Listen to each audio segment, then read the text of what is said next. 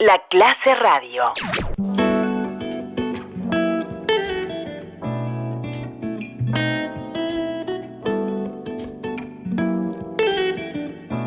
Estamos aquí con Bruno Giometti, un amigo de la casa que ha sido durante años asesor de este sindicato y bueno, ahora para todos los que nos conocemos nos pone muy contentos que está desempeñando su rol como diputado. Queríamos charlar con él sobre este tema del impuesto al 1% más rico para el combate a la pobreza infantil. Bruno Giometti, te damos la bienvenida a los micrófonos de La Clase Radio. Bueno, muchas gracias por la invitación a conversar un rato de estos temas importantes y un saludo a toda la audiencia. Bien, Bruno, contame más o menos en qué está este tema del impuesto al 1% más rico, porque se viene discutiendo bastante, sobre todo en la agenda mediática y imagino también que a la interna de la fuerza política. Lo último que tenemos la información es que, bueno, si bien el gobierno dice que no está en la agenda, evidentemente el tema está en la agenda y se están conociendo o dando a conocer las primeras conclusiones de la comisión técnica que armó el PIT-CNT al respecto, ¿no? Sí, para nosotros lo más importante es que el tema se ha instalado en la sociedad, discutiéndose tanto en los medios como en ámbitos políticos, como en ámbitos de las organizaciones sociales. Y bueno, es algo que está calando en la gente. Nos parece que es un tema que atiende un asunto de enorme sensibilidad como es la pobreza infantil. Ese es el primer aspecto que hay que rescatar, más allá después del mecanismo concreto y el diseño de la estrategia para obtener los recursos. Lo principal para nosotros es que está centrado en algo que es un drama nacional, una emergencia nacional, como la definió el PIT-CNT el 1 de mayo, que es que tenemos 1 de cada 3 niños y adolescentes en situación de pobreza en un país que produce alimentos para 30 millones de habitantes. Es una discusión que es profundamente ética y política, y si el sistema político, si la sociedad se pone de acuerdo, como creo que se ha venido poniendo de acuerdo de que es un tema que requiere atención prioritaria y urgente, la discusión que viene después es cómo se obtienen los recursos para poder atender de una forma mucho más contundente de como lo hemos hecho hasta ahora como país el tema de la pobreza infantil. ¿Y cuáles son esos recursos, Bruno? Te iba a preguntar que se están diseñando, cómo lo ven a la implementación, si se puede vislumbrar cómo podría ser eso. Sí, ahí la principal discusión conceptual es que si no alcanzan los recursos que pudieran estar previstos obtener a partir del crecimiento económico, a partir de determinados ahorros que puede hacer el Estado, que pueden ser una orientación compartible, pero que no permiten obtener los recursos suficientes para atender un problema de tamaña magnitud, la discusión debería ser, bueno, ¿qué sectores de la sociedad que tienen mayor acumulación, mayores condiciones económicas pueden hacer un aporte adicional al que están haciendo para obtener estos recursos? Entonces ahí surge algunos estudios académicos que fueron presentados el año pasado por economistas muy importantes en este país, que lo que plantean es que si se diseñara un aporte de un 1% sobre el patrimonio para el sector del 1% más rico, se podrían obtener recursos del entorno del 1% del PBI, que son aproximadamente entre 700 y 800 millones de dólares al año. Con esos recursos se podría disminuir a menos de la mitad lo que es la pobreza en infancias y adolescencias a través de determinadas políticas vinculadas con las transferencias directas, pero también con políticas de cuidados, políticas vinculadas con el empleo protegido y otras vinculadas con todo lo que es el fenómeno de la pobreza infantil, que no es solamente monetario, digamos, estrictamente, sino que hace a una serie de dimensiones de la vida de los hogares donde habitan los niños y adolescentes en este país. Lo que dice ese estudio, además, que para nosotros es importante desde el punto de vista de la defensa de esta idea, es que una medida de este tipo no generaría impactos negativos significativos sobre la actividad económica, sobre la existencia de esos capitales en la economía uruguaya.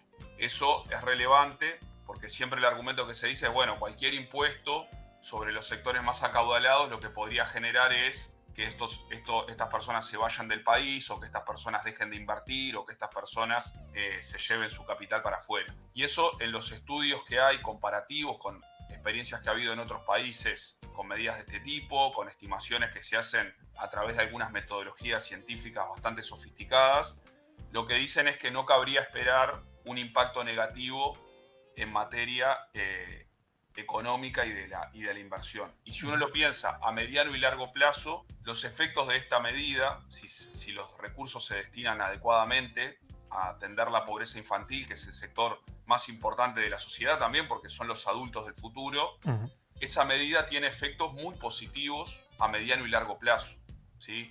En materia incluso de crecimiento económico.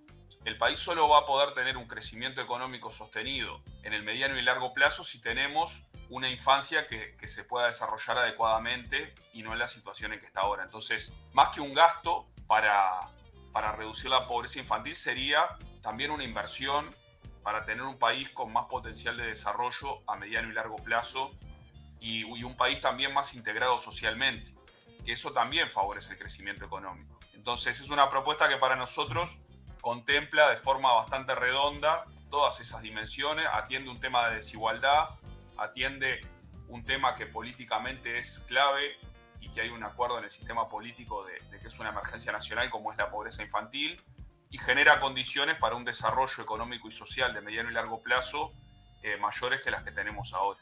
Bruno, justamente el gobierno estaba un poco receloso de la propuesta porque decían que habían prometido que no iban a crear impuestos nuevos. Desde el lado de los que proponen esta iniciativa, se dice que no sería necesario crear impuestos nuevos. Comentame un poco cómo es esa distinción. Es correcto, porque si bien se ha hablado de el impuesto al 1%, porque es una forma sencilla de transmitir la idea, en realidad su implementación no requeriría generar un instrumento fiscal nuevo, porque se podría hacer a través del ya existente impuesto al patrimonio. El impuesto al patrimonio es un tributo que existe hace muchas décadas, lo que ha ido es perdiendo eficacia recaudatoria. Hoy recauda el impuesto al patrimonio de las personas físicas menos de 10 millones de dólares al año, porque tiene una tasa muy baja, que ha ido bajando a lo largo del tiempo, y porque se fiscaliza muy poco su funcionamiento. Entonces nosotros lo que decimos es, alcanzaría con revisar las tasas y los mínimos no imponibles de ese instrumento para generar el efecto de que el 1% más rico, que son alrededor de 25.000 personas que tienen más de $1 millón de patrimonio, aporten un 1% de su patrimonio para obtener esos recursos que decíamos al principio.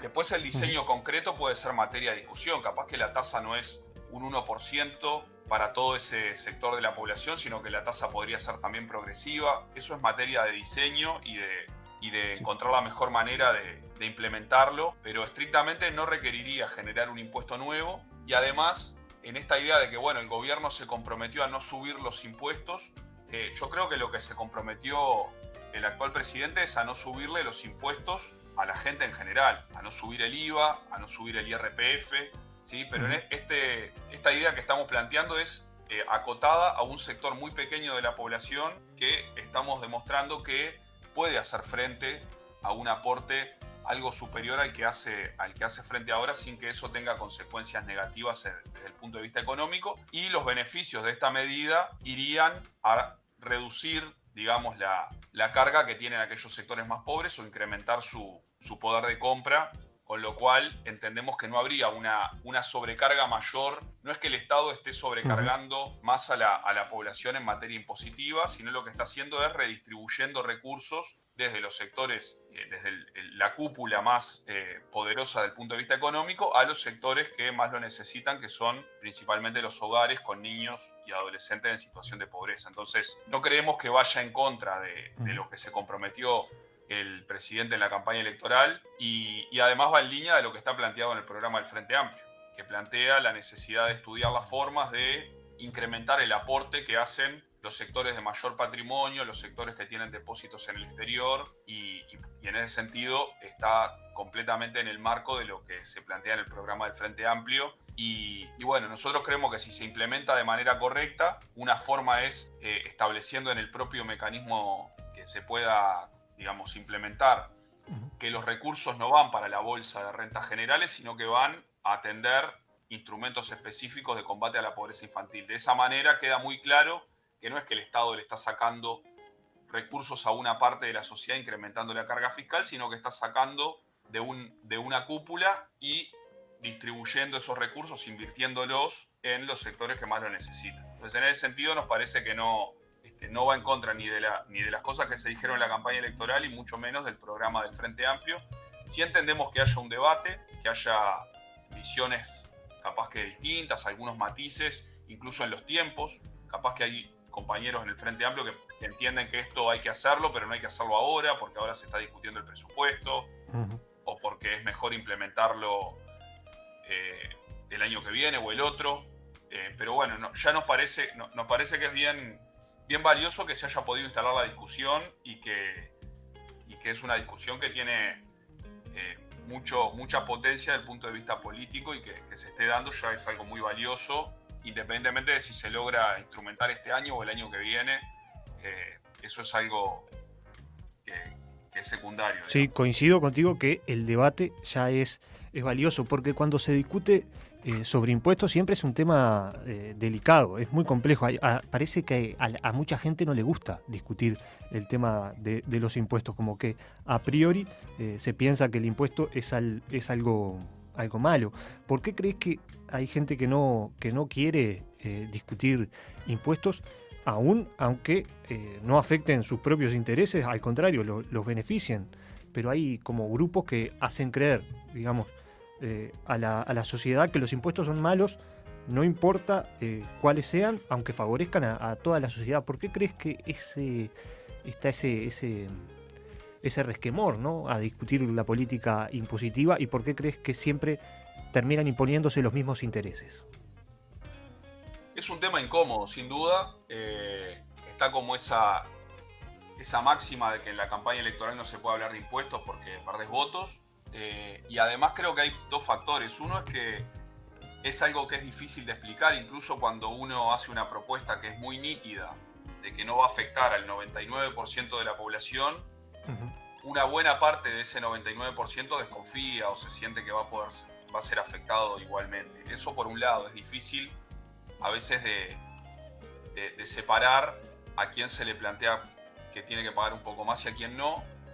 Es por eso que es un tema incómodo. Y segundo, porque está muy instalada esta idea de que el Estado es demasiado grande, demasiado ineficiente, y que cualquier impuesto lo que va a generar es un Estado más grande, y que esa plata de alguna forma va a terminar desapareciendo en ese agujero negro que es el Estado, y los recursos no se van a distribuir eficientemente. Esos son como lo que veo que son dos componentes que hacen que siempre sean difíciles estas discusiones. Y bueno, yo creo que el mérito de esta propuesta ha sido justamente tratar de superar este problema, ¿no? Decir, bueno, esto no es una plata que nosotros decimos que va a ir a engordar el Estado y después vemos, sino que es para un fin específico que es muy sentido socialmente, como es la pobreza infantil. Y en el otro punto estamos tratando de establecer con mucha claridad que va a afectar apenas al 1% del sector más rico de la población, que está identificado, que está estudiado académicamente, que tiene más de $1 millón de patrimonio, que aportaría un 1% por encima de ese $1 millón, y que eso no tendría efectos económicos de significación. Entonces, hemos tratado de ir superando esas restricciones que hacen a un debate muy complejo como es el impositivo. Y yo he dicho en estos días que estamos a 20 años de la última reforma tributaria, ¿no? Siempre es muy difícil discutir los temas tributarios en este país. La última reforma la hizo el primer gobierno del Frente Amplio, allá por el año 2006. El año que viene se van a cumplir 20 años. Y es razonable pensar que haya cosas que hay que cambiar. Yo creo que esa reforma fue muy buena en su momento. También fue muy difícil de hacer porque la derecha también planteó muchas cosas de forma tramposa y decía que le hizo creer a mucha gente que iba a pagar más IRPF de lo que pagaba, y no era cierto. verdad. En fin, toda una serie de discusiones que se dieron en su momento, pero fue una reforma que mejoró el sistema desde el punto de vista de la equidad y también de la eficiencia recaudatoria. Pero en 20 años cambian muchas cosas en la sociedad. En 20 años hay mejoras que van surgiendo como necesarias, que hay que hacerlas en algún momento. Y también la ciencia económica ha avanzado mucho. No es lo mismo lo que se sabía sobre los ricos hace 20 años que lo que se sabe ahora. Y en ese sentido, nos parece pertinente que algunos de estos temas se puedan discutir en este periodo. Entonces esto del 1% nosotros lo vemos como una parte, ¿sí? Como una especie de avanzada de una discusión más general que tiene que darse sobre todo el sistema tributario para que sea más eficiente y más igualitario en su estructura general, ¿no? Pero esto del 1% va en ese mismo sentido y nos parece que por la emergencia que tiene el tema de la pobreza infantil es algo que se puede instrumentar de manera más rápida, porque también, sobre todo por eso que decía, porque la pobreza infantil no puede esperar a que discutamos 3 o 4 años una reforma integral, que hay que hacerlo, pero tenemos que encontrar los recursos para poder atender la pobreza infantil desde ahora mismo, porque la gente tiene una sola vida, los niños tienen una sola infancia y es algo que no puede esperar. Bueno, muchas gracias, Bruno. Y sabés que siempre aquí en la clase radio tenés los micrófonos y las puertas abiertas. Un abrazo grande. Bueno, muchas gracias a ustedes y bueno, mucho gusto por haber conversado este rato. Saludo a toda la audiencia y quedamos a la orden, como siempre. Muchas gracias, Bruno. Era Bruno Giometti, docente, economista y diputado por el Frente Amplio en los micrófonos de la clase radio. La clase radio.